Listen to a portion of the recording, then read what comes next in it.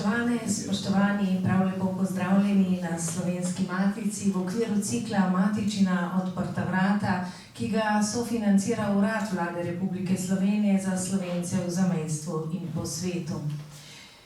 Danes znova v družbi s Pahorjem in to je za nas vedno prav poseben trenutek. Bil je poseben trenutek, kadarkoli je govoril z tega odra tukaj v Slovenski matici. Danes moramo žal mi govoriti o njem, pa vendarle je njegova beseda tako zelo živa, tako zelo pomembna za ta čas in ta naš prostor. Knjiga, ki jo bomo danes predstavljali, avtorice Liči Roberto o njenem prijateljevanju z Borisom Pahorjem, je pravzaprav neko posebno znamenje. Je dialog med dvema različnima jezikoma, dialog med dvema kulturama in nas na nek način uči skozi spomine, pričevanja na prijateljevanje z Borisom Pahorjem, kako je treba graditi mostove besed, mostove misli, mostove sočutja, empatije, razumevanja in spoštovanja. O vsem tem bodo danes spregovorili dragoceni gostje, tajnik Goriške Mohorjeve družbe, gospod Marko Tavčar, ki ga lepo pozdravljam. Potem sin gospoda Borisa Pahorja, profesor Adrijan Pahor, profesorica, doktorica Urška Perenič. Njo sem povedala zato, da ne bom na zadnjem mestu omenjala ženske, naj mi gospod prevajalec Matej Venjer odpusti. Nikakor ni zadnji, bil je tisti, ki je knjigo prevedel, gotovo znova izredno imenitno, kakor on zna. Za Slovensko matico je že prevedel beneško pričevanje o zgodovini Benetk in pa zdaj pravkar prevaja poljsko zgodovino. Tako da je tudi naš dragocen prevajalec in član in vsem predajam zdaj besedo. Verjamem, da bo to druženje s Pahorjem spet navdihujoče za vse.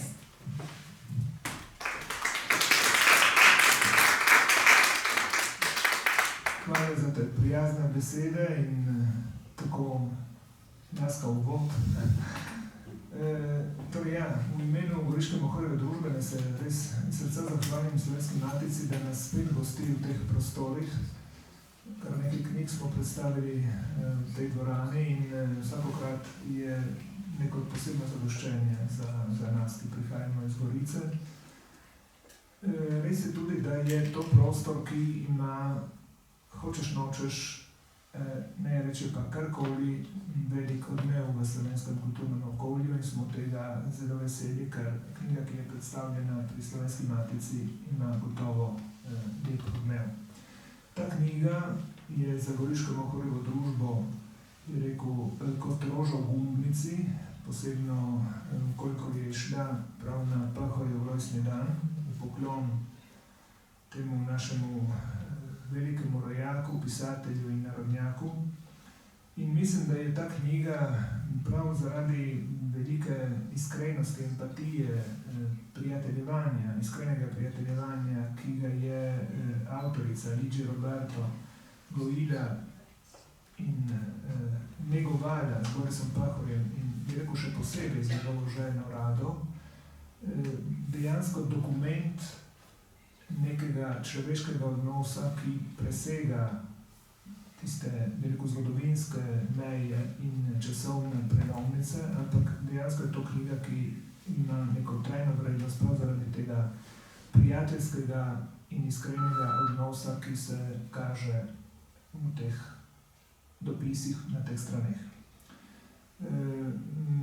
Nima smisla, da se tukaj nekako poglabljam vsebine, o čemer boste nam spregovorila Adrijan, Pahorjev sin, gospod prevajalec Matej Venjer in medtem, ko bo profesorica dr. Berenič nam gotovo znala osvetliti tudi pomen, ki lahko ga ima taka knjiga za književno zgodovino. Mogoče za uvod bi res prosil Adriana Pahorja, da nam nekako pove, kako je do ponudbe prevajanja te knjige sploh prišlo. Prosim. Hvala z besedo, hvala za povabilo. Bom skušal strniti v čim krajšem času bistvene stvari. Ligia Roberta se je spoznala z očetom pred desetletji na nekem simpoziju na občinah in bila tako navdušena nad njegovim nastopom, pa še nad njegovo podporo, ker je sama bila v težavah in ne vedela, kako bi spregovorila. Takrat je sprožila nek odnos, neko prijateljstvo, ki je zares, piše tudi Miran Košuta v Spremni besedi, nekaj nenavadnega. Namreč oba sta pisatelja, oba sta se zelo spoštovala, oba drug drugega hvalila in to je na nek način nenormalno ali nekaj res posebnega med pisatelji, ki so ponovadi med sabo konkurenčni in zavistni. Tako da kmalu po njegovi smrti me je kontaktirala in mi je rekla, da bi te svoje spomine in lepe trenutke, ki jih je doživela z njim, ko je obiskoval v Trevizu, kjer je on tudi večkrat nastopal na simpozijih, na predstavitvah, na šolah in dobil tudi nekaj nagrad in priznanj. In potem zaradi tega, ker je bil pozen tudi tam prespal, so razvili tudi z možem in tistimi, ki so bili tam prisotni, zelo zanimive debate, tudi ne samo običajno, predvsem filozofsko, teološko, zgodovinsko obarvane in to ona beležila in nekega dne rekla, to mora priti v javnost, ker to bi bilo škoda, da gre z mano v grob. Rekla, si za to, bi napisal en uvod, rekel, nimam nič proti, potem so plesala tekst in delo je šlo v italijanščini, ki smo ga predstavili potem v Trstu v muzeju Revoltella in takrat je že nekako se osnovala ideja, da bi to prevedli v slovenščino, ker je sama pisateljica ugotavljala, da bi seveda krog bralcev bil veliko širši, če bi to knjigo ponesli med njegove rojake, ne pa da bi to samo tisti ozek krog italijanske populacije, ki je njega poznal, to imel možnost prebrati. Tako da ona je želela deliti to svojo izkušnjo s sebi, namreč tukaj ne govorimo o čisto vsakodnevnih, banalnih temah, ampak predvsem zelo zahtevnih vprašanj, ko ste videli branje knjige in tudi prevajanje je bilo vse prej kot enostavno. Bomo povedali tudi gospod Venier, da je imel kar nekaj zahtevnih trenutkov, ko se je moral lotiti recimo takih dilem pri prevajanju, ki niso ravno preproste. Vsekakor, recimo, da je v tem odnosu med očetom in gospo nastala nekakšna dihotomija glasov, ki se je potem razpotegnila v času in prostoru in trajala praktično do očetove smrti. Komunicirala sta na vse možne načine, ne samo preko telefonskih klicev oziroma pošte. Oče je zelo rad korespondiral, to bo povedala tudi kolegica Urška, ki se ukvarja z očetovo korespondenco, to on je užival v tem, da je nekomu nekaj napisal, ne samo kamorkoli je šel, je pošiljal iz vseh mogočih krajev Evrope in tudi po Apeninskem polotoku, kjer je predaval, je pošiljal razglednice in je obvezno poslal kamorkoli je šel. Se spomnim, sva bila z očetom v koncentracijskem taborišču Bergen-Belsen in je rekel, podpiši tu, je za Ligio Roberto, mojo prijateljico, kar je pošiljal razglednico iz tega kraja. Tako da je sproti poročal ali nekje gospe in vse tudi drugim. Je bila edina, ki je poslal svojo razglednico, ampak tudi ostalim, kje se je takrat nahajal. Torej, kot sem rekel na začetku, za nenavadno publikacijo, ki je bolj izjema kot pravilo, v kateri pisateljica nekje deli prav s očetom ne samo tisto afektivno prijateljstvo, ki je nastalo v času, ampak samo čudovanje, že sočutje, oziroma kar je kot sem že rekel na začetku, nenavadno v odnosu pisateljice do pisatelja.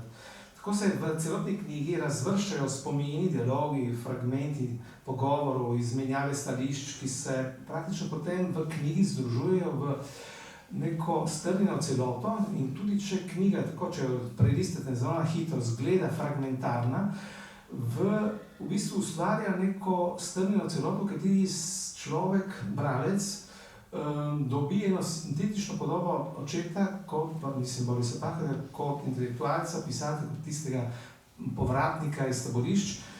Skratka, si ustvari eno celovito podobo prav o vsem možnem njegova, pa še določene stvari, ki jih nihče ne ve in jih ni vedel, so prihajajo na dan. Recimo, tu ni imel z gospod pogovarjala se nisem samo o teh stvareh, ki sem jih pravkar omenil, ampak tudi o intimnih zadevah, tudi o njegovem odnosu do žene, do otrok.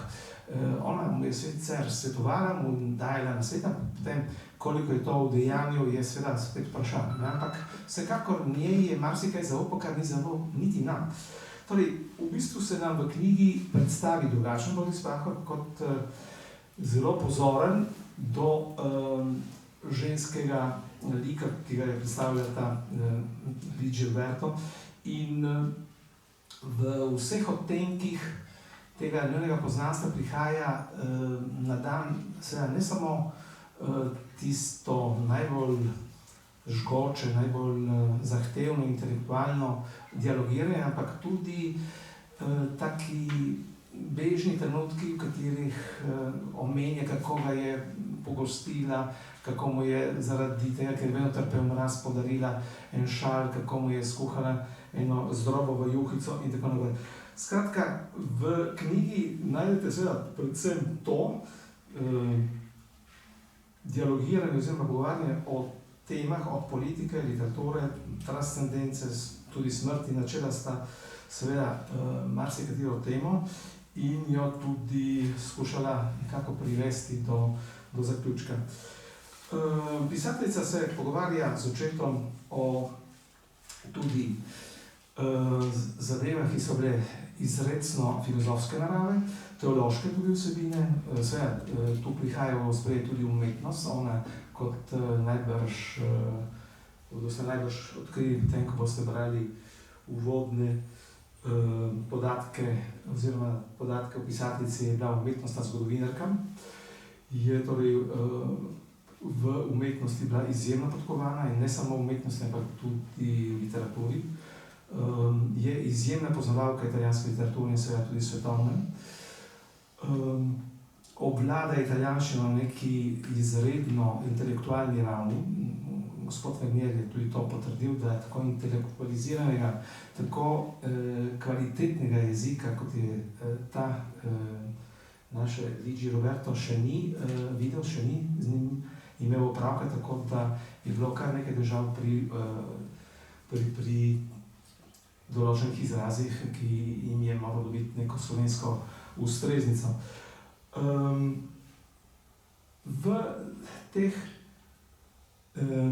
pogovorih prihaja seveda do izraza tudi očetova bolečina nad doživetim seveda absolutnim zlom, ki ga je preživel v nemških taboriščih, ampak to zlo je v teh pogovorih prikazano drugače, ne kot obsodba absolutnega zla, kakršnega najdemo v nekropoli, ampak predvsem kot neka bolečina, ki jo on zdajle predaja sobesednici kot neko usedlino, ki mu je ostala na srcu in jo on še vedno ohranja v sebi in se je nekako ne more rešiti. Recimo, njegov občutek krivde, ker ima marsikdo, da se je on uspel rešiti, medtem ko se marsikdo drug ni. Tega občutka krivde se je tudi on s težavo rešil. Tudi zato so drugi gledali nanj s tem očitkom, zakaj si se ti rešil, drugi pa ne. Pogovori, kot boste videli v knjigi, se večkrat nanašajo tudi na končnost oziroma na konec našega življenja, pri katerem namreč pogovorov oče prihaja do različnih zaključkov, ki smo jih mi vajeni, torej prihaja do drugačnega ontološkega spoznanja, do katerega se je dokopal predvsem s pomočjo prebiranja Einsteinovega dela Moj pogled na svet in je to svoje spoznanje strnil s pomočjo Spinozovega panteističnega Deus sive natura. In vse to v nekakšno nadnaravno upanje v laično oziroma laično transcendenco, v kateri bi bil on kot intelektualec, kot človek, ki je ljubil, nagrajen za vse to, kar je v življenju dobrega počel, se pravi to, kar je on z ljubeznijo naredil drugim nekaj pozitivnega, nekaj dobrega. Tako da Luigi Roberto se na tem mestu pri pogovorih večkrat z njim seveda določenih pogledih strinja, določenih ne, ampak načela sta pa kar nekajkrat prav to temo, kaj nas čaka onkraj praga neznanega. Seveda tukaj za zaključek ne smem mimo teme ljubezni, tudi ta je v knjigi na pomembnem mestu. Velik poudarek daje oče prav ljubezni, s pomočjo katere mora človek doseči Božjo milost, kot je trdil njegov priljubljeni avtor Dostojevski. Ampak seveda tudi ljubezen v širšem pomenu besede, zato ne sme presenečati dejstvo, da je imel oče v življenju zelo veliko razmerij z predstavnicami ženskega spola, seveda intelektualkami, s katerimi je delil svoje literarne izkušnje. Recimo Luigi Roberto je bila ena izmed teh, no, proti koncu življenja je vstopila tudi Urška Perenič, kot recimo ena izmed tolikih, ki jim je marsikaj zaupal in je tudi predal to štafetno palico, češ nadaljuj to in raziskuj, kar sem jaz napisal, in tem je tudi bila njegova, recimo bi lahko rekli, duhovna oporoka. Tako da ne smemo še mimo seveda najpomembnejše njegove življenjske spremljevalke, to je moja matere, ki je tudi v knjigi na začetku, predvsem v začetnih poglavjih, na vidnem mestu, namreč per absurdum se knjiga začne prav z pogovori z mojo mamo, ki je ravno tako dobila v gospe Luigi Roberto neko sobesednico, neko sogovornico in zaupnico. Njej je marsikaj povedala, seveda v knjigi nam marsikaj razkrije, marsičesa ne. To mi je tudi osebno povedala, rekla, da tvoja mama mi je marsikaj povedala, seveda nekaj pa gre z mano v grob. Tako da je veliko zanimivih stvari, boste videli, in seveda se mati pritožuje tudi nad očetovim odnosom, nad odnosom do nje, do nas, otrok. Oče z pisateljico prediskutira to in tudi priznava svoje krivdo, ampak potem recimo v vsakdanjem življenju ni naredil koraka, da bi izboljšal ta odnos, recimo, če dam zdaj pihom. Skratka, če zdaj zaključim, ker sem že predolg, knjiga je nekakšna kronologija spominov, anekdot, skupnih doživetij, predvsem pa pogovorov z mojim očetom in mojo mamo, ki jih Luigi niza zelo lahkotnimi, poglobljenimi, duhovno in filozofsko zelo poglobljenimi in ponotranjimi odpisi, z njej značilnim zelo pestrim, zelo intelektualnim izrazoslovjem. Tako da moram pohvaliti še enkrat prevajalca, ki je ta intelektualni jezik, ki ga uporablja Luigi Roberto, uspel ohraniti tudi v slovenskem prevodu, tako da se tudi slovenski prevod bere na neki višji ravni. To dolgo prijateljstvo se je potem širilo, seveda, kot rečeno, tudi na druge družinske člane, tako da so postali prijatelji tudi z njenim možem in nekaterimi sorodniki. Knjiga ponuja, kot rečeno, skupek intimnih, zelo prisrčnih, ganljivih tudi in izrazito intelektualnih razmislekov, ki tudi zaradi svoje vsebine presegajo tu stransko življenje, prihajajo neko univerzalnost, po mojem mnenju. Evo, to sem želel povedati in s tem zaključujem. Hvala. Hvala, Adrian,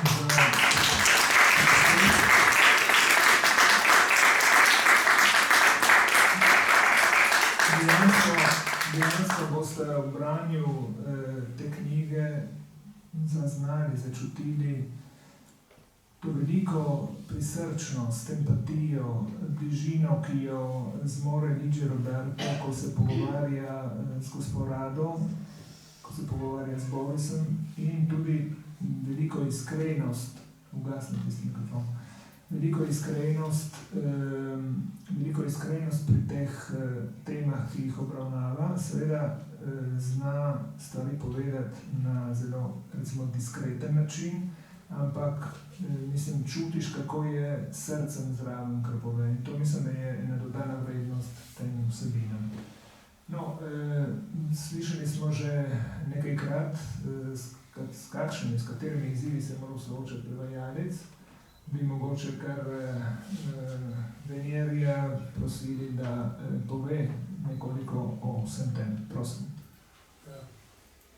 No, to je, meni je bilo čas, seveda, ko me je Adrian prosil, naj to prevedem, nisem bil pa pripričan, da bom zmogel, ker je, predvsem gre za eno kulturno razliko med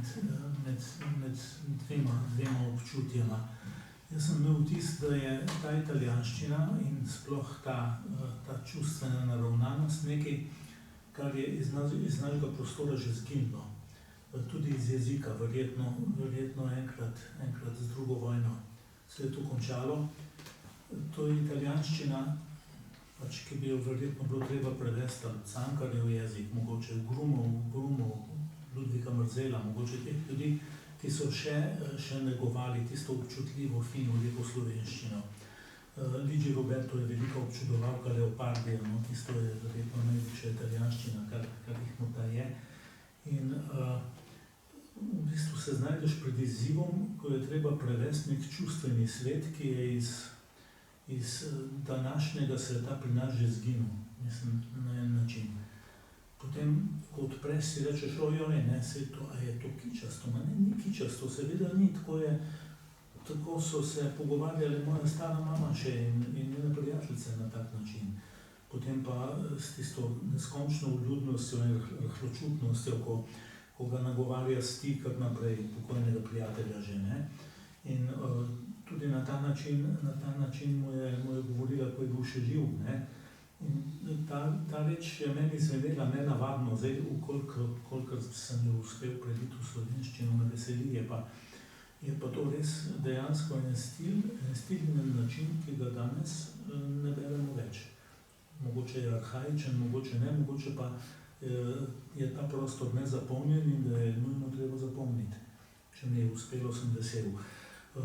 Je pa tudi ta knjiga oblikovno zanimiva, ker je kot nekakšna lepljenka, kot da bi se slučajno nizale raznorodne stvari, kot mogoče v modernem romanu.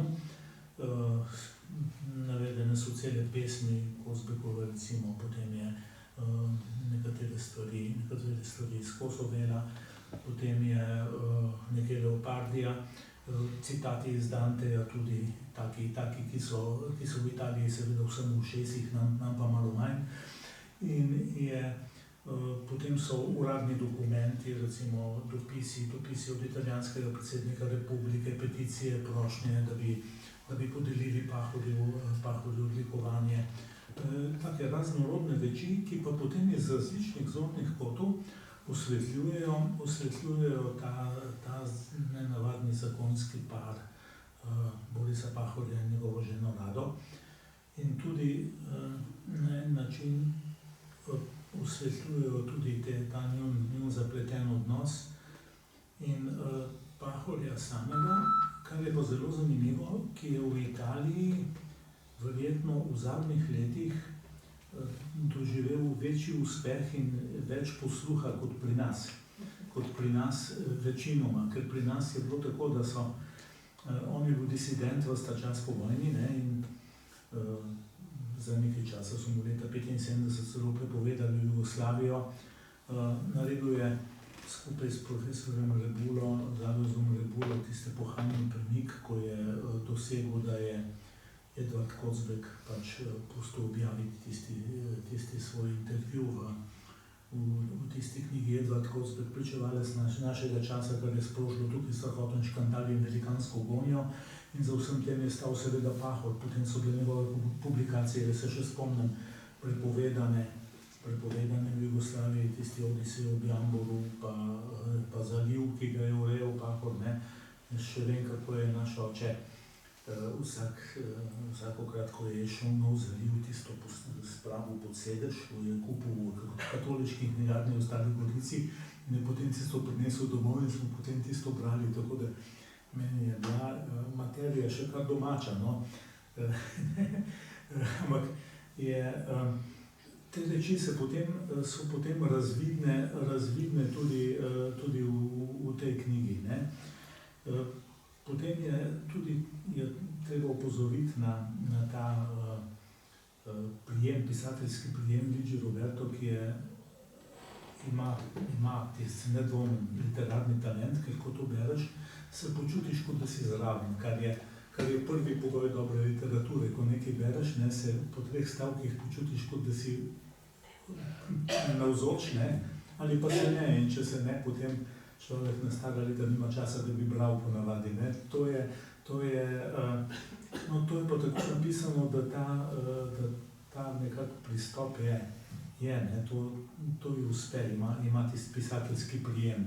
In potem je v to je vkomponirana potem tudi seveda ona sama, njena osebnost, ko govori, kako je doživela recimo tisti svoj odhod iz Istre, ker ona je iz Novigrada doma in je prepričana iz stranka, ne, in je pač tudi opišeno, recimo tisto osvoboditev v Novigradu, kako je to izgledalo, in tam je tudi zelo sugestivno, kot da vidiš tiste vojake, ne, tisto jugoslovansko armado, kako je metala, ko so metali iz nasipa, iz pristanišča bombe v vodo, da so potem pocrkali ribe, ne, in plavali gor, potem so prišli galebi in so imeli ovce, no, ampak te reči, ona je, uspelo ji je, no, napraviti, napisati eno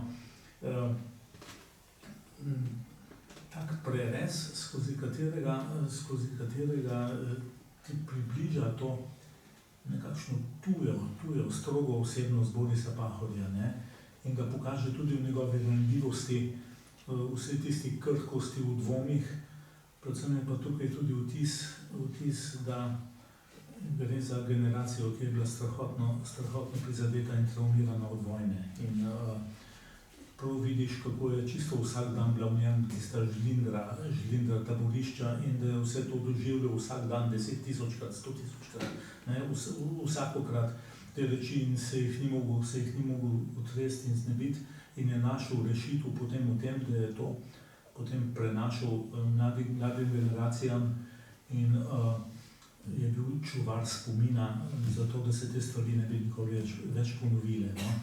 In to skozi to doživljanje potem zagrabi potem človeka nekakšna strast, da bi to čim boljše naredil, no. Kolikor mi je uspelo, sem vesel, za vse, kar je narobe, sem pa tako kot sem že prevajalec sam kriv.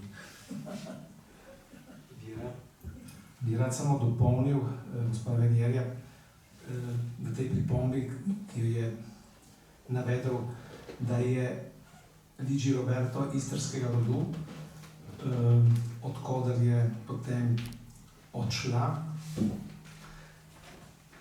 zaradi tega, ker je doživela pritisk oblasti, jugoslovanskih oblasti, ki je izvajala na vse italijanske, torej italijanske ljudi ob Istri in Dalmaciji, da bi torej odšli. To je tudi predsednik Cossiga svoj čas priznal, da so izvajali močan pritisk na Italijani, zato da so odšli iz Istre kot znak upora oziroma nesoglašanja z takratno oblastjo in torej so masovno zapuščali istrsko zemljo. Kljub temu, Luigi Roberto še danes nima nobene pripombe, nobene negativne recimo pripombe na račun Jugoslavije oziroma istrskih ljudi, je še vedno navezana na tiste kraje, ima rada Slovence, ima rada Hrvate, ima še zdaj plodne in vzdržuje stike z Novigradom oziroma z županom Novigrada, tako da je poudarila tudi zadnjič, ko sva se srečali, da je odhajala sicer z neko resignacijo, ampak z nobenim odporom ali sovraštvom do slovenskih in hrvaških ljudi, do katerih še danes čuti veliko občudovanja in veliko ljubezen. Evo, samo to. No, sej, to je tudi, zato je tudi lahko sklenila prijateljstvo z Borisom Pahorjem, to so bili v bistvu graditelji mostov med narodoma, ki ločujejo tako hude zgodovinske rečine, tako huda zgodovinska dejstva. Seveda je treba te mostove negovati. Se v Trstu ni sicer veliko takih ljudi, ampak nekaj jih pa tudi je. Recimo, eden od njih je Pavlo Rumic, ki je tudi tukaj napisal pač uvodno stran skupaj, poleg Mirana Pošute, ki ga danes žal ni tukaj.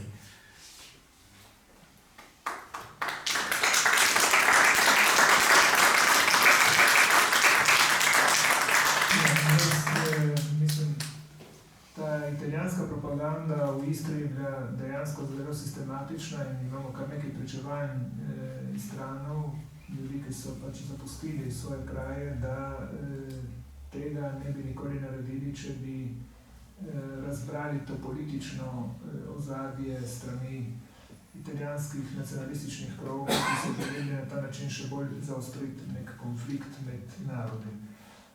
Kakorkoli, Luigi Roberto ima velike zasluge tudi zato, da je italijanska država podelila Borisu Pahorju državno priznanje in mislim, neposredno je pisala pristojne urade, da so mu to priznanje tudi dodelili.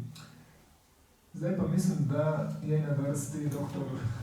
Urška Verenič, ker bi jo rad tako prosil, če nam lahko nekoliko razčleni pomen tovrstnih publikacij za boljše poznavanje recimo pisateljevega ustvarjanja oziroma njegove življenjske poti in v kolikšni meri recimo ta epistolarij, ki ga študirate, dopolnjuje tako pisanje. Lep pozdrav tudi z moje strani, hvala za povabilo. Pravzaprav sem želela danes uživati razkošje v publiki in vas poslušati. Čestitam za to knjigo. Vsaka knjiga o Pahorju je praznik in zelo se strinjam s tem, da Pahor pri nas, torej v slovenskem prostoru, še zdaleč ni pri vseh sprejet, pa me bo težko kdo prepričal nasprotno. Tako da še enkrat čestitke. Priznati moram tudi javno, da sem knjigo dobila šele danes, ampak da si lahko zelo dobro predstavljam ob tej čudoviti predstavitvi, pa na ozadju tega, ker vem, kaj se mi obeta in jo bom zares prebrala jutri, verjamem, da že jutri. Ampak ena misel, ki se mi je porodila, je, kako so pravzaprav vsi segmenti Pahorjeve dejavnosti enako pomembni. Torej, ne gre samo za njegovo umetniško ustvarjalnost, torej romane, v katerih je poustvaril svoje življenje, ampak vedno bolj ugotavljam, da je vsaj enako pomembno korespondiranje, pa seveda tudi pogovarjanje, dialog, ki ga je vodil z drugimi skozi to svoje dolgo življenje. Za njegov opus sem že večkrat porabila metaforo novega telesa, zdaj pa se mi je porodila metafora micelija, teh mrežastih nitk, ki jih je on stkal in razpredel skozi svoje življenje, da se dejansko ne bi pozabilo to, kar je doživel, o čemer piše in kar je poustvaril v svoji literaturi. In verjamem, ali pa vsaj mislim, da bo po tej knjigi Luigi Roberto morda še kakšna podobna knjiga, kajti vsaj korespondenca ponuja veliko nekih možnosti, da se še kdo oglasi in morda kaj pove. Lepo bi bilo, jaz verjamem, da bi bil pisatelj tega vesel. Po drugi strani si ne morem kaj, da ne bi ob tej knjigi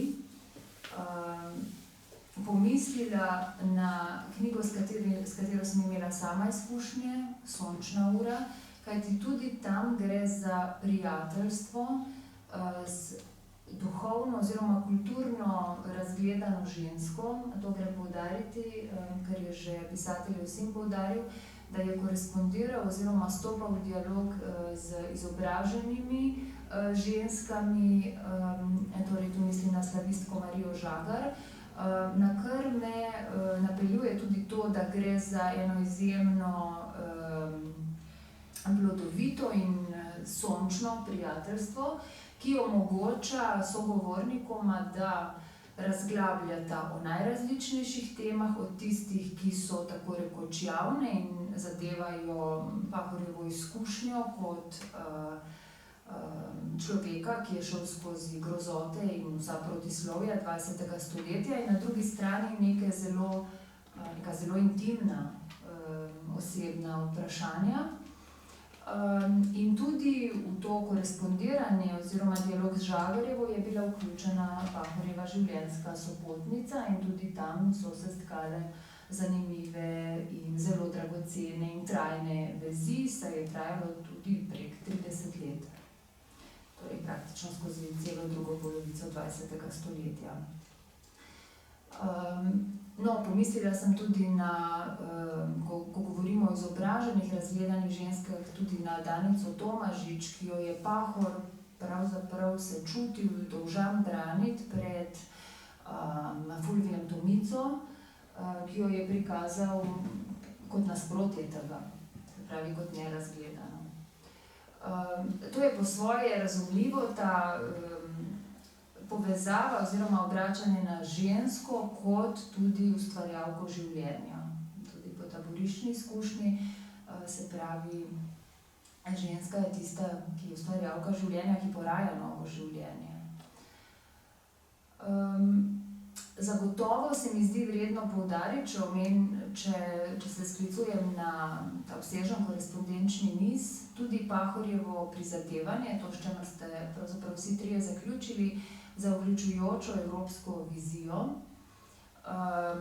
za dviganje glasu za solidarnost, strpnost, ki sta proti strup vojni, nasilju, in tu dejansko gre za prizadevanje po graditvi mostov med narodi. V zapuščini zagotovo izstopa korespondenčni niz, denimo z Angelom Aro, ki je tudi z Magrisom pisal o vprašanju obmejnih identitet. Tu so potem tudi aktivisti oziroma tisti, ki so si prizadevali za pravice manjšinskih jezikov. Zagotovo je tak avtor Sobjela Kanic, mislim, ki si je prizadeval za pravice tudi piemontščine, in še bi lahko naštevali. Tako da si predstavljam, da je tudi to eno od pomembnih vprašanj, se pravi ta manjšinska problematika in tudi vprašanje zgodovine in kulture, konec koncev med Slovenci in Hrvati v severnem Jadranu oziroma seveda tudi v Istri. Tako da tu je treba reči tudi odločen ne tistim, ki bi utegnili Pahorja proglašati za nacionalista, prav nasprotno, ta njegova prizadevanja za sobivanje, se pravi za to vključujočo evropsko vizijo, kjer obstajajo različne entitete, ki tvorijo celoto, je zagotovo tudi vredna poudarka. Nacionalizem pri njem pa ima seveda tisto pozitivno konotacijo v smislu zavedanja o tem, kdo si, kdo smo, in tudi o vrednosti svojega jezika, na katerem stojimo ali pademo, kulture, literature in vsega, kar sodi zraven. To se mi zdi zelo pomembno poudariti. Se opravičujem, danes sem si nekaj napisala in čisto nič od tega povedala, ker sem si, ampak ne bi jaz tu preveč jemala časa, ker sem danes res z velikim veseljem prišla poslušati in se veselim branja. Obenem se pa javno zahvaljujem tudi pisateljevemu sinu, ki je omenil ta duhovni testament in predajo štafete.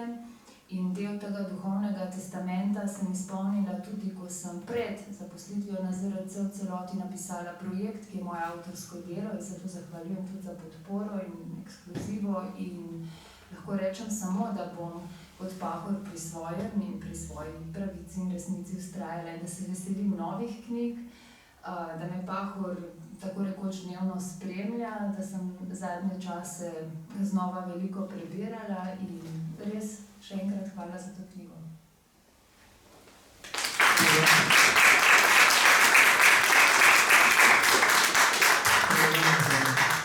Dragocene dopolnitve.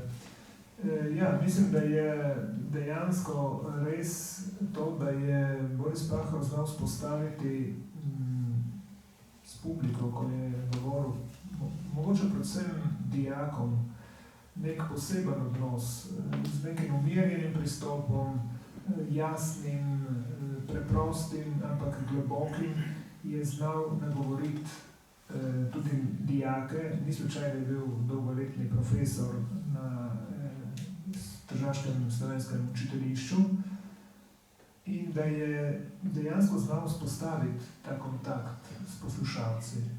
Seveda drugače je bilo, ko je predaval recimo odraslim, še drugače, ko je znal recimo nastopati pred odprtimi mikrofoni Drage, recimo, ko je mogoče tudi polemiziral, ampak vedno jasno, strpno, pozorno do sogovornika in to se zazna tudi v tej knjigi, ko Luigi Roberto recimo opisuje, kako je Boris Pahor nagovoril neke dijake na raznih šolah, no, recimo, kako je znal recimo odgovoriti nekemu dijaku, ki ga je po celi uri predavanja o teh zgodovinskih zadevah, ta fant ga vprašal, gre za osebno radovednost, pravi, hotel sem vas vprašati, v čem je skrivnost vaše mladostne modrosti in prodornosti, s katero nam predstavljate svoje doživetje, ki ne puščajo brez besed.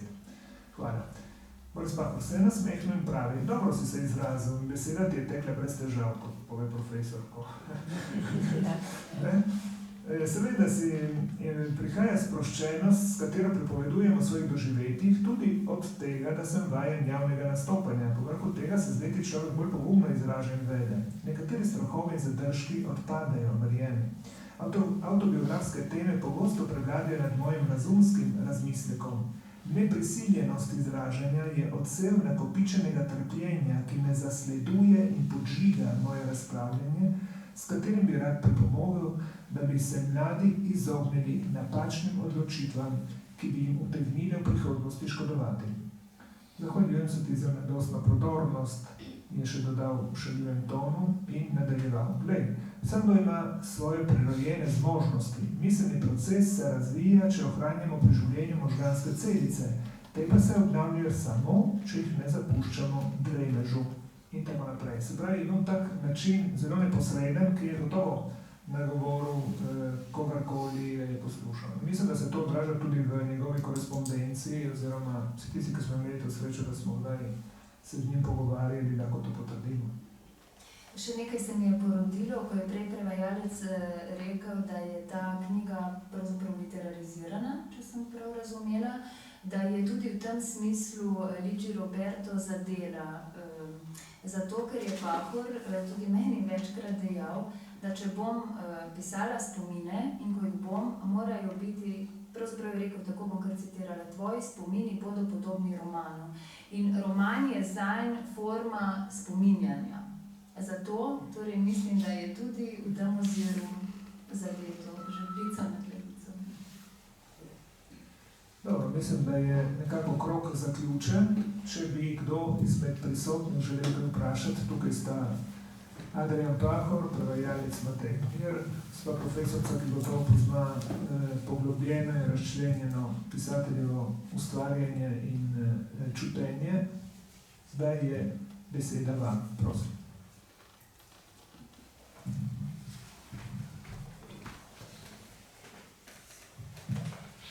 Hvala lepa, gospa glavna urednica, ko pač najprej izražam veselje, da nas Matica združi tudi s Goriščani, Tržačani in s tem soustvarja enotni slovenski kulturni prostor.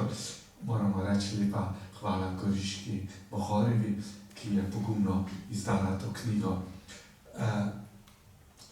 Marsikaj bom ohranil potem, ko bom knjigo prebral za recenzijo. Bi pa sedaj gospoda prevajalca rekel, da sem bil zelo pozoren, kar ste izrazil glede jezika gospe Roberte, ampak ta rahloobčutnost, ki jo ona ima, ko se izraža, je najbrž tudi bila rahloobčutnost samega gospoda Pahorja. In ker ste omenili cankarjanski jezik, naj omenim, da tisto, kar sem jaz študiral od Cankarjev, so znali povedati, da se Cankar bil ljubitelj ženske družbe in da se je najraje družil s takratnimi intelektualkami, se pravi učiteljicami. Rekel, tu je neka podobnost, hvala lepa, da ste na to upozorili, ampak če dovolite, bi pa vseeno se vam opravičujem, da sem takšen ignoranta, ne poznam te gospe Roberto, in nas hvala lepa, da ste jo omenili, kaj je njena življenjska pot. Me pa zanima danes v italijanskem kulturnem prostoru, kaj ustvarja, po čem je znana. Hvala lepa.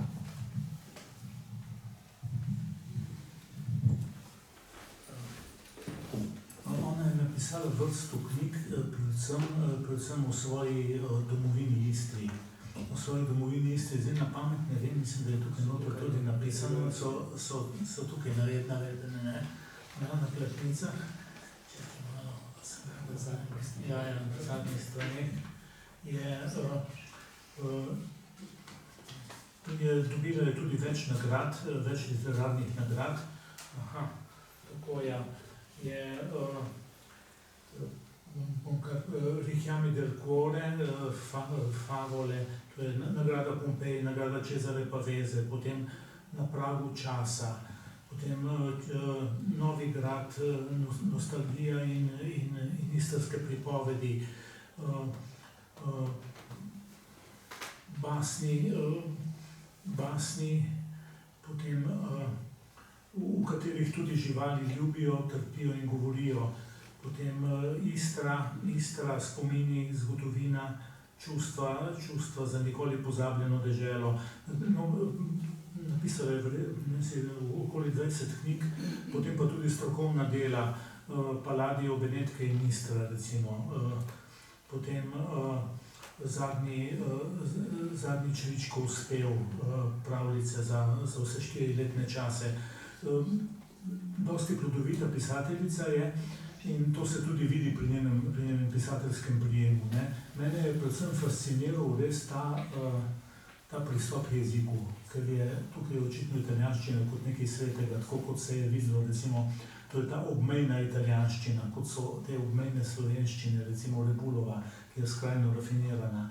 Potem, recimo, tako je pisal Saša Vuga tudi, ki je bil čisto hermetičen že, ampak vsak stavek je rebus pri njem. In ona ima tudi tak pristop do jezika, ki ga seveda pri ljudeh iz celine daleč od meje ne najdeš. In to se je meni zdelo tudi nekaj dragocenega.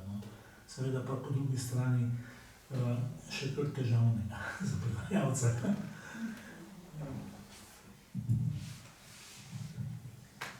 Ko morda še jaz eno vprašanje zastavim, profesorica doktorica Urška Perenič, vemo, da ste avtorica tega projekta Pahorjeva književna republika, da ste izjemna poznavalka njegove korespondence. Danes smo videli in spoznali, kako zelo dragocena je knjiga Luigi Roberto, spomini, korespondenca. Če morda na kratko, vem, da ne boste mogli v tem kratkem trenutku, označite, katere korpuse korespondence bi bilo vredno vse še objaviti oziroma poudariti.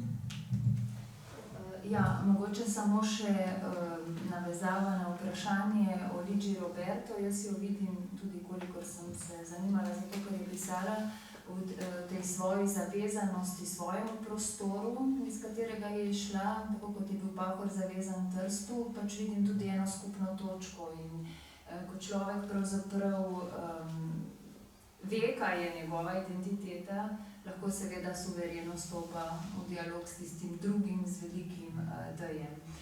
Kar zadeva pa te segmente korespondence, mene kot literarno zgodovinarko zagotovo zanimajo tisti nizi, ki so povezani z literarnimi zgodovinarji, med katerimi je Pahor izjemno cenil tiste, ki jih je on imenoval tradicionaliste in je imel tudi raje, da mu pišejo spremne besede, zagotovo Joža Mahnič, ki je bil, mislim, da tudi predsednik Slovenske matice, sicer v zelo poznih letih. Potem je tu Jože Pogačnik, tudi Pahor ga je cenil, je tudi Pogačnik objavil knjigo, ja, mislim, da pri Zalivu to je šlo, ne?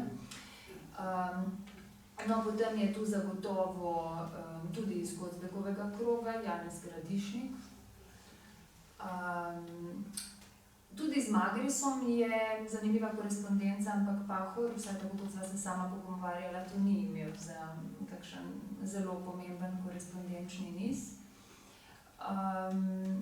Koga bi še izpostavila? Ja, zagovornike manjšinskih jezikov, retoromanščine, torej prej sem omenila piemontščino, katalonščino, tudi to bi si zaslužilo svojo obravnavo, so pisma in ti, torej nekateri izmed njih so bili tudi sodelavci v reviji Zaliv, tako da so objavljali tudi prispevke in poročila tudi tega združenja za ogrožene oziroma manjšinske jezike in kulture.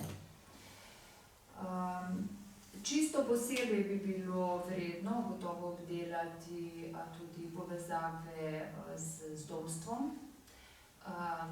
Te niso enoznačne, ker glede določenih vprašanj nikoli niso prišli skupaj, takšno je vprašanje kolaboracije, ampak seveda sodelovanje je bilo mogoče in dialog.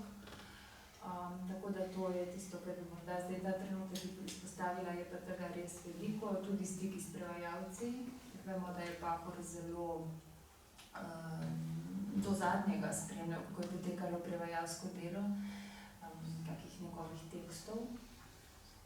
No, še marsikaj bi se našlo. Potem so pa taki cukrčki, ki bi bilo tudi vredno nekoč objaviti. Nimo nekega Japonca ali Korejca, ki piše Pahorju zato, ker zbira podpise svetovno poznanih osebnosti. In še kdo? Imam še veliko idej in tudi nekaj stvari v delu. Med temi, ki bi po mojem mnenju bilo zanimivo tako brskati po njih po korespondenci, je gotovo Bavčar, ki ima gotovo velike zasluge, da je Boris Pahor prodrl v francoskem prostoru. In če že govorimo o manjšinskih predstavnikih, je Ece Martin. To je bil profesor, ki se je, torej zanimiva zgodba, italijanski vojak, ki se zaljubil Slovenko, ki se nauči slovenščine in tako dalje, potem tudi prevaja iz slovenščine v italijanščino. Bevka, Dobrodob je preveden še nekaj stvari. Pa tudi Angelo Araje, z Bavčarjem, ki ima gotovo zasluge za prodor Pahorja v Francijo, pa pravzaprav ni toliko korespondence, so bolj kratki dopisi, ker sta drugače prihajala v stik.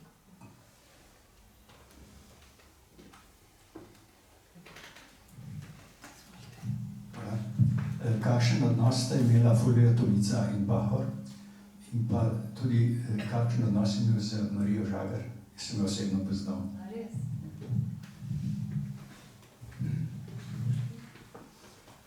Marija Žagar lahko sin tudi?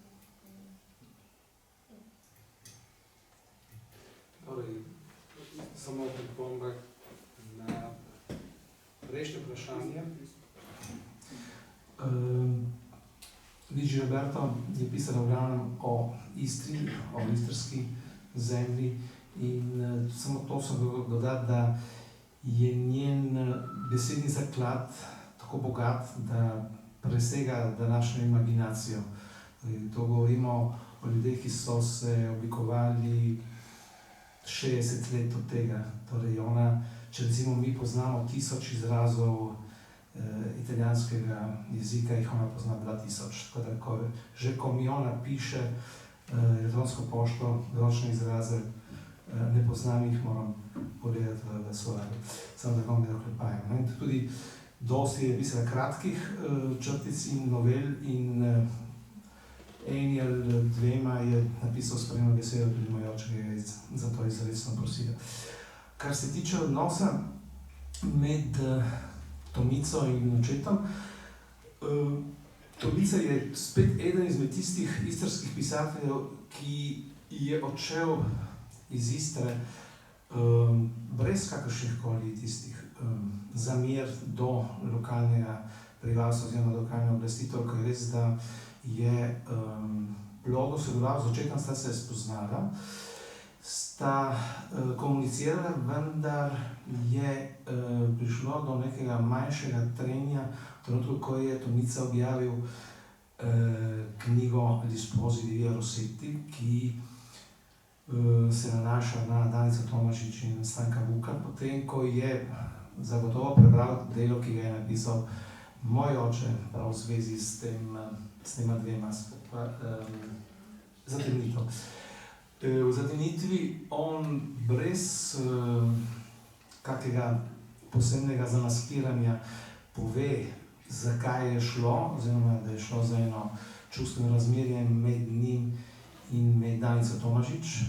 To me sicer po eni strani čudo, ker sem poznal mater, kateri sem večkrat nesel zaliv in sem bil prepričan, da me bo sprejela tako hladno, glede na to, da je vedela, kaj je bilo med mojim očetom in njeno hčerko. Medtem ko me je sprejela zelo prijazno in njena sorodnica, ki še danes živi in s katero se občasno srečam, mi povedala, da je celo to zvezo spodbujala, da je nekako blagoslovila, kar me je zelo čudno. Tako, samo me doklepajo. No, Tomica je potem napisal svojo verzijo tega odnosa med obema, v kateri ni prihranil nobene informacije in celo recimo povedal še nekaj več in to ljubezen, to razmerje opisal zelo direktno in neobremenjeno, kar je očeta zelo prizadelo, tako da je potem se čutil nekako dolžnega, da na tisto Tomicovo pisanje odgovori z novo predelano knjigo, ki jo je potem objavil, potem ko je Tomica objavil to knjigo. Glede na kjer je spet svojega zornega kota povedal oziroma nekako obrazložil to razmerje med njim in med Danico. Kar se pa tiče profesor Žagarjeve, torej tukaj sicer z Urško deliva različno mnenje. Profesor Žagarjeva je bila, koliko se jaz spomnim, ker namreč smo bili kar nekajkrat na njenem domu oziroma na njeni hišici na Uskovnici kot gostje, je bila kot mlada lepa ženska in moj oče je rad imel razmerje oziroma se je rad sukal okoli lepih žensk. Ona je bila zelo kvalitetna profesorica slovenščine in on je zelo zaupal. Jezik je obvladala do tankosti in zagotovo je veliko pripomogla, da je na nek način recenziral oziroma mu povedala za mnenje, ki ga je on prosil izrecno, preden je določene knjige objavil. Tako da je to njuno razmerje trajalo kar nekaj časa. Potem tudi sta korespondirala zelo plodovito, vem, da tukaj gre za zelo bogato izmenjavo mnenj. Se pa je njuno razmerje zaključila potem, ko je ona oglušela. Vem, da je zelo trpela zaradi tega fiziološkega stanja, ki jo je zelo obremenjevalo in potem, ker ni mogel z njo komunicirati direktno in se je potem ta njen odnos malce ohladil. To, če želiš ti dopolniti, kaj si pozorila? Meni se je zelo sidralo spomin, ko mi je pisatelj rekel, da ni bilo nobene ljubezni, da je bilo prijateljstvo. In da je bilo globoko prijateljstvo, tudi s tvojo mamo se je lepo razumela. Ta korespondenca je izjemno bogata. Pisatelj mi je, potem ko je knjiga šla pri matici, poslal pa še sveženj dopisov, ki jih je potem našel, tako da to jaz hranim. In lahko rečem, ker smo danes tudi govorili o prevajanju, da si je zelo želel, mislim, da je to celo nekje povedal, da smo zapisali, da bi rad, da se ta knjiga pisem prevede v francoščino, zato ker je to tudi taka intelektualno nabita korespondenca, ki prikazuje kulturno-politično dogajanje v drugi polovici 20. stoletja. In jaz sem bila pa zelo počaščena tudi, ko je ob nekem kulturnem prazniku, torej 8. februarja, za časopis Delo izjavil, da je treba to knjigo, ki sem jo uredila, da bi jo priporočil vsem v branje. Bilo je to eno zadnjih let njegovega življenja. In o Mariji Žagar bi pa rekla še to, da je bila to ženska širokih obzorij in da je imela zagotovo širino in globino, danes bi rekla, univerzitetnih profesorjev. Res izjemna v tem smislu. Lahko samo jaz...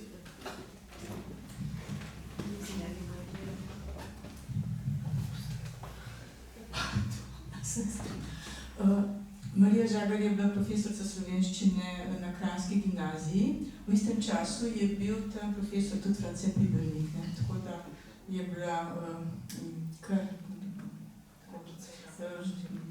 težka artilerija slovenistična takrat nekaj let. Glede na to, kar ste rekli, da je imela širino akademsko, so bili tisti dijaki takrat, so imeli kar posebno srečo, da so imeli pravzaprav tudi dva tako različna profesorja, da pač niso hodili na predavanja v objema, ampak se sta oba počela še kaj drugega. Hvala.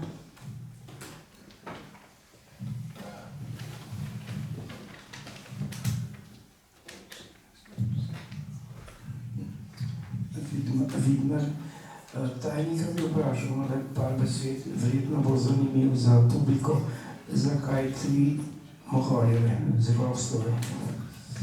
No, 3 Mohorjeve so, tukaj je tudi gospod Insko, ki je tudi predstavnik Celovške Mohorjeve. Dejstvo je, da so 3 sestrske družbe pravzaprav odraz zgodovinskih razmer, zaradi katerih so te družbe tudi nastale. V smislu, po plebiscitu, kot veste, se je Mohorjeva s Celovcev umaknila na Prevalje, s Prevalj v Celje. Goriška Mohorjeva pa je nastala na začetku 20. let, so primorski duhovniki ugotavljali, da knjige, ki jih je tiskala Mohorjeva družba, vedno težje prihajajo preko meje v kraljevino Italijo in so pač smatrali v tej stanovski organizaciji Zbora svečenikov Svetega Pavla, da bi bilo pametno nekaj podobnega narediti. S pomočjo nadškofa Sedeja so ustanovili sestrsko družbo, Goriško Mohorjevo, s sedežem v stolnici, Goriški stolnici, tako da je imela status cerkvene bratovščine in zaradi tega fašistični režim ni mogel neposredno in radikalno uničiti te bratovščine, ki si je pač postavljala za cilj vrednote mohorjanske ideje, se pravi širjenje slovenske knjige v najširšem pomenu besede in cenovno ugodne, da je lahko dostopna vsakomur. Po tej logiki je Goriška Mohorjeva nadaljevala delo. Sodelujemo z obema sestrskima družbama, vsako leto izdajamo nekatere skupne publikacije, tudi v koledarju so nekateri skupni članki. Je pa res, da recimo, kar se koledarja tiče, so stvarnosti tako bogate in tako različne, da vsak koledar nekako potem izpostavlja vsebine, ki so za tisti prostor bolj značilne ali bolj zanimive. Za bralce pa so gotovo zanimivi vsi trije.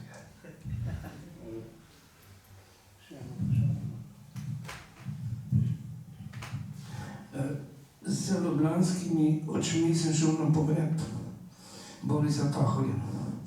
In ko sem stopil na pokopališče Santana, sem videl, da je to drug svet. Ni bilo žar, vse same krste, vključno s Borisom Pahorjem. No, drugo je bilo pa pol sam spust v jamo. To bi mogel mi sin pomagati povedati, kako to izgleda, ne. Jaz sem to prvič videl, ne. Recimo, če bi ta pogreb falil za en dan, pa bi enega domačina dobil rekel, daj ti pelme, kaj to do groba Borisa Pahorja, bi kaj prišlo in bi videl, da je vse originalno, nič ni predstavljeno, ne. Kako ste ga pokopali, če je vse originalno. Morda bo sin povedal, kako to izgleda. Torej, če sem dobro razumel vprašanje, vas zanima, kako je z grobom oziroma kako je bil pokopan, oče? Prvič sem videl ta primer, da ste strani noter pod spod. Ja. Torej, grobnico je kupil ded. Ko je bil to seveda finančno sposoben in je rekel, da mora imeti rodbina Pahor neko svojo grobnico za vse družinske člane, ne samo tiste lokule, kot jim pravimo, ne, ampak grob v pravem pomenu besede. In grob je pokrit s ploščami, ki jih ob pokopu deloma odstranijo in krsto spuščajo nekako noter strani. Zdaj, svoj čas, ko je mati umrla leta 2009, je že takratni župan, tržaški župan, ki je tudi zdajšnji župan, ki ne bo ponovno izvoljen, odredil, da morajo pokojnika kremirati, oziroma ker je na pokojnišču vse manj prostora in da tudi v našem grobu, oziroma naši grobnici, ker je prostor velik, da ni dovolj prostora in zato, da bodo mamo praktično kremirali. Moj oče se je temu uprl, lahko si predstavljate, zaradi katerih razlogov. Truplo je šlo v hladilnike in čakalo tam dober teden, dokler ni od župana dobil dovoljenja, da lahko truplo pokoplje normalno. Potem so grob uredili tako, da so ustvarili v njem prostor, da je bila v njem pokopana mati in da je bil lahko zdaj zraven nje še on, tudi on seveda ni želel biti kremiran, tudi on seveda, lahko razumete, za nekaterih razlogov, ni hotel takega posega. In rekli so, da je zdaj poleg njega prostor še za enega. Tako da naslednji ima še prostor, zato ne bo treba, da ga zažre oziroma da ga... Vsekakor, ja, pokop je bil, bodisi matere kot očeta, koliko nenavaden tudi zato, ker so ti delavci, ti grobari ustvarjali nepotreben hrup in motili zbranost prisotnih, tudi medtem je ravno bral Kozlekovo poezijo molitev, tako da je bilo res malo mučno, da so tako nedelikatno in neobčutljivo delali med tem, ko so ljudje želeli biti izbrani v tem trenutku. Tako, prosim. Ja, če že govorimo o Sveti Jani, se pravi o Tržaškem pokopališču, se spominjam, ko je umrl Milan Lipovec, tudi pisatelj, sicer po poklicu stavec in velik prijatelj in sodelavec Borisa Pahorja pri Zalivu. Je pač bil pogreb in Milan Lipovec je bil upepeljen. In dobro, smo že šli v sprevodu proti grobu, ko je prehitev Boris Pahor, gotovo je bilo že blizu, čez 90 let gotovo, ampak je pošteno hitev, da je še težko dohajal. In pokop je bil že v teku in pač obred je vodil italijanski diakon in je ravno rekel adesso il nostro Milan deporrà le ceneri del defunto Emilio. In takrat je prišel Boris Pahor, ki je rekel, oprostite, bi rad nekaj povedal.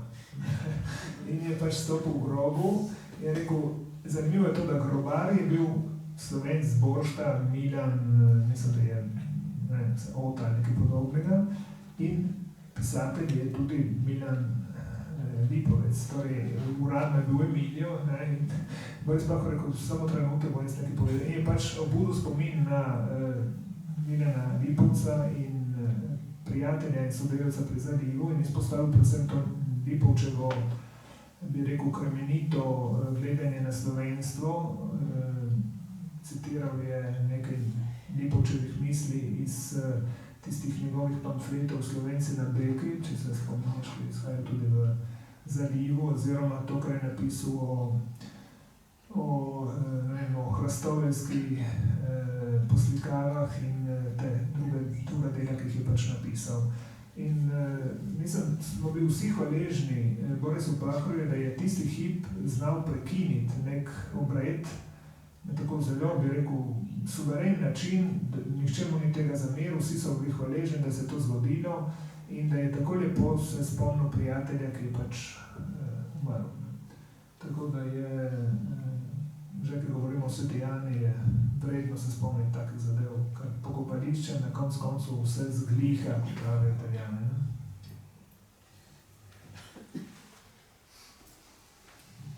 Če ni več vprašanj, potem se iskreno zahvaljujem današnjim gostom, tajniku Goriškemu Horjeve družbe, gospodu Marku Tavčarju, prevajalcu čudovite knjige Mateju Venjerju, sinu Borisa Pahorja, profesorju Adrianu Pahorju in profesorici doktorici Urški Perenič.